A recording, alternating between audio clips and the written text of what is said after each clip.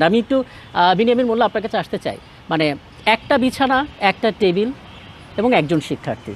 ভিজুয়ালসটা কিভাবে করলেন? মানে কিভাবে এটা বাস্তবতায় সম্ভব একটু বলবেন? সাথে আপনি নিজে ফিল করেন কিনা, যেটা আসলে জামালউদ্দিন সাহেব বললেন, সেটা আপনি ফিল করেন কিনা? জি। DUCSU for change, vote for change panel থেকে সবাইকে শুভেচ্ছা জানাচ্ছি। আমাদের যে স্লোগান সেটি হচ্ছে no more dirty politics, no more violence, yes. Make the DUCSU for academic excellence. আমাদের যে ভিশন, যেটি একটু আগে আপনি বললেন যে one student, one bed, one table, জি। On campus, part time job এবং আউটসোর্সিং। এটা অসম্ভব কিছু না, এটা খুব সহজেই সম্ভব যে প্রত্যেকটা শিক্ষার্থীর জন্য একটা বেড, একটা টেবিল। এতদিন কেন হয় নাই? এখানে সবাই আমার সাথে একমত করবেন, কেউ মনে হয় না দ্বিমত করবেন, যে এটা একটা আর্টিফিশিয়ালি এই ক্রাইসিসটাকে তৈরি করে রাখা হয়েছিল। যেন প্রথম বর্ষে যখন শিক্ষার্থীরা ভর্তি হয়, বিশেষ করে যে ভাইয়া আপু পলিটিক্স, যেটা আমরা বলতাম আগে, যে তাদের হাত ধরে যেন হলে উঠতে হয়, বা হলে একটা সিট সংকট থাকলে যে ঠিক আছে মিটিং মিছিল করতে হবে হলে থাকলে, নালে কিন্তু হলে উঠানো যাবে না। এটা আর্টিফিশিয়াল ক্রাইসিস। কারণ এই বাংলাদেশে লক্ষ লক্ষ কোটি টাকার বাজেট হচ্ছে, দেখেন, আবার লক্ষ লক্ষ কোটি টাকা পাচারও হয়ে যাচ্ছে। বিভিন্ন উন্নয়ন প্রজেক্ট বা দেশের উন্নয়নের জন্য বিভিন্ন ধরনের কর্মপরিকল্পনা নেওয়া হচ্ছে। আর ঢাকা বিশ্ববিদ্যালয়ের মতো একটা বিশ্ববিদ্যালয়ে শিক্ষার্থীদের মেধা প্রয়োজনের ভিত্তিতে তাদের যে আবাসন, সেটার ব্যবস্থা তারা করতে পারতেছে না। এটা আপনি কীভাবে বিশ্বাস করেন? দেখেন, একটা দেশ যেমন সিঙ্গাপুর, মালয়েশিয়া, একই সময়ে কিন্তু বাংলাদেশেরও সেই সময়কার সমসাময়িক সময় বাংলাদেশ, তো তারা এতদূর এগিয়ে গেল, বাংলাদেশ কেন এগোতে পারছে না?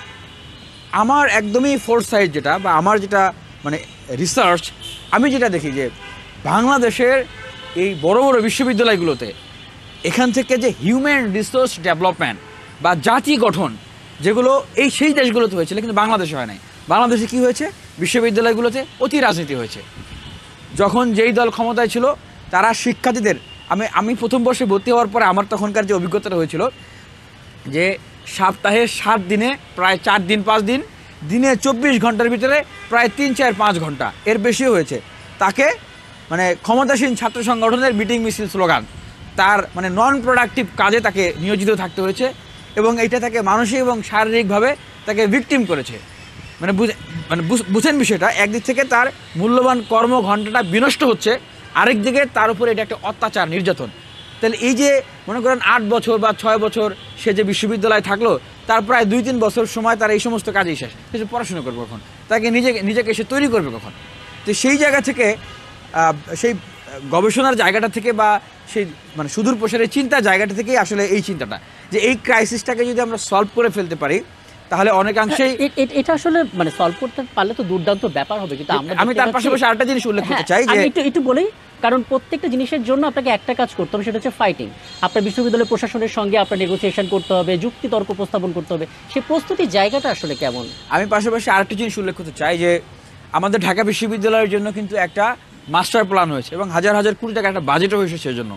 এবং আমরা যারা উপদেষ্টা রয়েছেন, তাদের অনেকেই ঢাকা বিশ্ববিদ্যালয়, তাদের জায়গা থেকে আমরা একটা আন্তরিক কথাও শুনেছি, যে আরও যদি বাজেট লাগে সেটাও দেওয়া হবে। সেক্ষেত্রে আমি মনে করি যে শিক্ষার্থীরা যদি আমাকে ম্যান্ডেট দেন, আমরা যে যত ইশতেহারি দেই না কেন, আসল কথা কিন্তু ভাই বাজেট, টাকা। তো এই যে জিনিসটা সামনে এসছে, আমি যে কাজটা করতে চাই, যে এই বাজেটটাকে রিভাইজ করতে চাই, এবং নারী শিক্ষার্থী, ছেলে শিক্ষার্থী নির্বিশেষে সকলের জন্য যেন এটা সুনিশ্চিত করা যায়। সেক্ষেত্রে আমরা ডাকসু, হল সংসদ সহ সবাই শিক্ষার্থীর সাথে মতামত নিয়ে কাজ করতে চাই। আরেকটা জিনিস যেটা আমি এই জায়গায় আসলে বলতে চাই, সেটা হচ্ছে যে এখনও ইমিডিয়েটলি আমাদের এই সংকটটা রয়েছে। প্রথম বর্ষ, দ্বিতীয় বর্ষের শিক্ষার্থী যারা আছেন, অনেকে এখনও আবাসন পান নাই, নতুন করে আবার ভাইয়া পলিটিক্স, আপু পলিটিক্স অনেকে শুরু করতে চেয়েছে। সেক্ষেত্রে দ্রুত তাদের জন্য আবাসনের ব্যবস্থা করা, আর যতদিন না করা যায় আবাসন বৃত্তির ব্যবস্থা করা। মনে করি যে এটা করলে শিক্ষার্থীদেরকে যে জিম্মি করে নিজেদের দলীয় কাজে ব্যবহার করা, সেটা থেকে শিক্ষার্থীরা অনেকাংশেই আসলে মুক্তি পাবেন। পাশাপাশি আরেকটা জিনিস আমি অ্যাড্রেস করতে চাই, যে আসলে দেখেন, ঢাকা বিশ্ববিদ্যালয়ে যে শিক্ষার্থীরা লেখাপড়া করতে আসেন, বেশিরভাগ ছাত্রছাত্রী কিন্তু নিম্নবিত্ত, নিম্ন মধ্যবিত্ত পরিবারের সন্তান। আমি নিজেও সেরকম একটা পরিবারের সন্তান।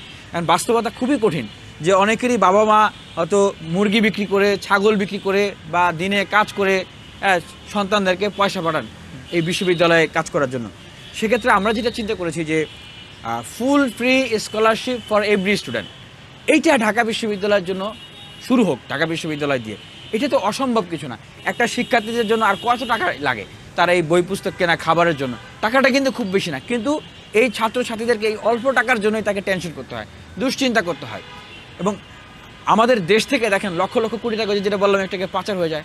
তো এই হিউম্যান রিসোর্স ডেভেলপমেন্ট জাতি গঠনের জন্য যদি এখানে একটু ভর্তুকি বাড়িয়ে দেওয়া হয়, বাজেট বাড়িয়ে দেওয়া হয়, সেটা তো কোনো অংশে দেশের উন্নয়নের জন্য কম ভূমিকা রাখবে না।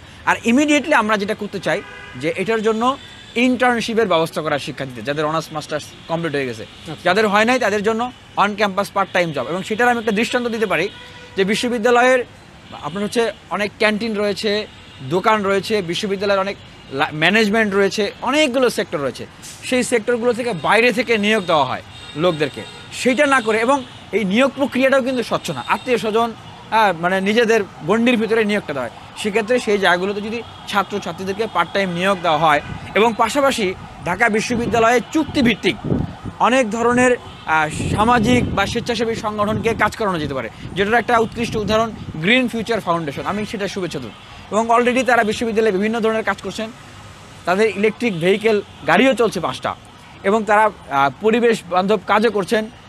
সেক্ষেত্রে প্রায় 170 জন শিক্ষার্থীর পার্ট টাইম জবের ব্যবস্থা হয়েছে। তো এই ধরনের চুক্তিভিত্তিক কাজ হলে শিক্ষার্থীদের জন্য কিন্তু, এবং গবেষণামূলক কাজের ক্ষেত্র তৈরি হলে শিক্ষার্থীদের জন্য কিন্তু আরও কাজের জায়গা হবে। আরেকটা জায়গা আছে, সেটা হচ্ছে একাডেমিয়া ইন্ডাস্ট্রিয়াল রিলেশনশিপ তৈরি করা।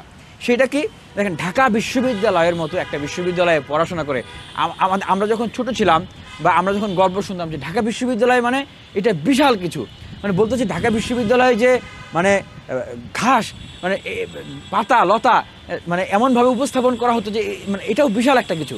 যে ঢাকা বিশ্ববিদ্যালয়ের মতো একটা বিশ্ববিদ্যালয় থেকে পড়াশোনা করার পরে একটা শিক্ষার্থী বেকার থাকতেছেন, হতাশায় আত্মহত্যা করতেছেন। তার মানে আমরা কত বড় একটা গ্যাপে আছি। আরেকদিকে বড় বড় প্রতিষ্ঠান থেকে বলা হচ্ছে যোগ্য দক্ষ লোক পাওয়া যাচ্ছে না। তার মানে আমাদের একাডেমিয়া ইন্ডাস্ট্রিয়াল রিলেশনশিপ নাই। আমরা সেটা করতে চাই। সেটা কিভাবে করতে চাই? বিশ্বের এবং বাংলাদেশের উন্নত প্রতিষ্ঠানগুলোর সাথে পয়েন্ট বলেছেন।